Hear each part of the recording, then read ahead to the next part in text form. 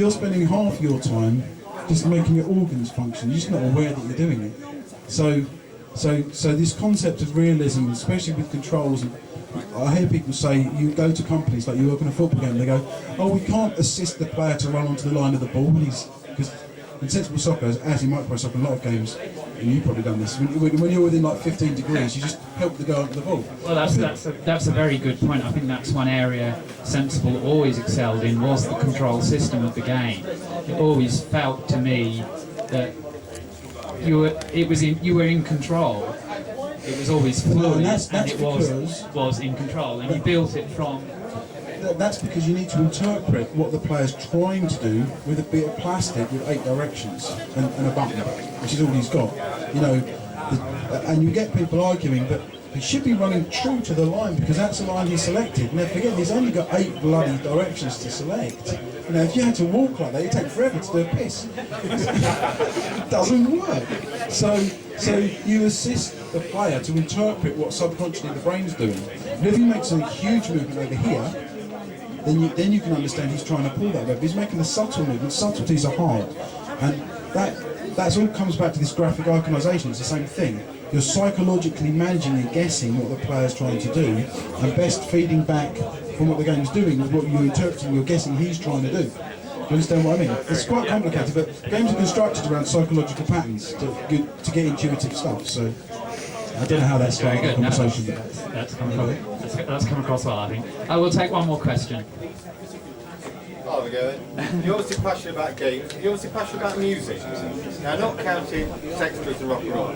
I just wondered, have you ever considered doing a music game, rhythm action kind of game? And if so, what peripheral would you create? Well, this is going to be good. On a slight aside, because I like asides, I believe that peripherals have been the biggest innovation in games in the last 5 years. And I would argue if you took away all the peripherals around games, and I'm including the DS and the iPhone as being peripherals in themselves, you wouldn't see a lot of innovation in the last 5 years. It's all come out of the hardware. Again, it's kind of like a lazy way of innovating, but if I was given a choice, I would like to see a proper guitar. Not one where you miss out half the bloody notes. So all the people who can play the guitar can't play Guitar Hero because they're playing the missing notes. A lot of guitarists find it problematic.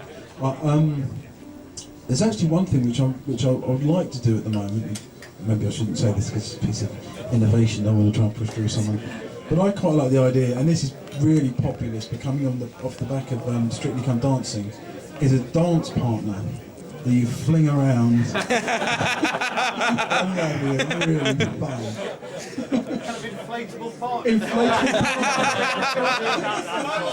We're not talking about that. We'll stop there.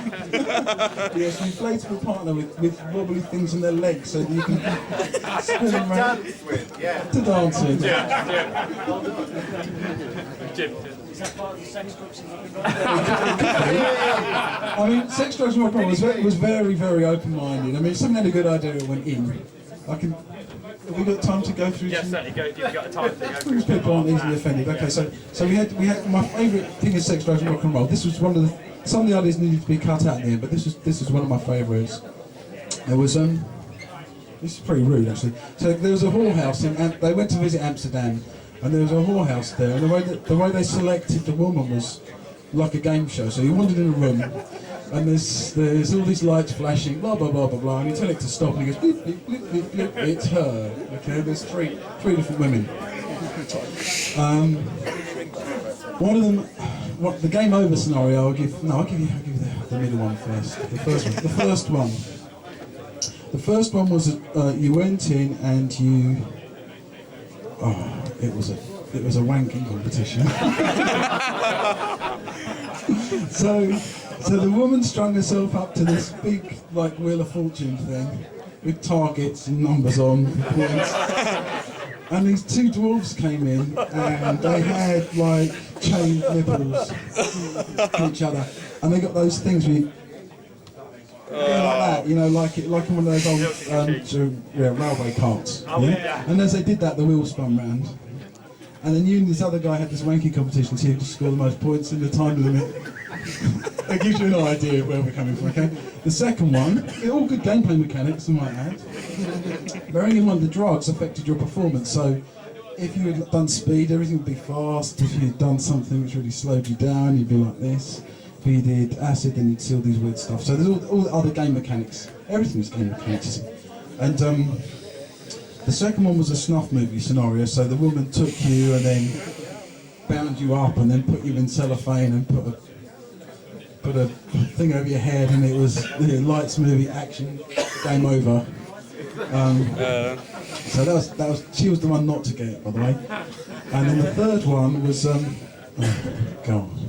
The third one was 6 animals lined up in a row. Oh okay? God! Oh God! Oh, John, we're getting dangerously close to the edge here, John. No, this is funny. This is funny. Are we okay with this? Okay, so there was like a mouse. Bestiality There's a alert. mouse, a cat, a sheep, a cow, and a horse. Or a pig. Oh. A pig. I can't remember. And there's 6 of them. Must have been the pig, then the cow, then the horse. That makes sense. And so, like, it had to be a bull actually, thinking about the gameplay. So this woman would, with her little skimpy skirt, would bend over to service each of these animals, and you're on the wall facing, yeah.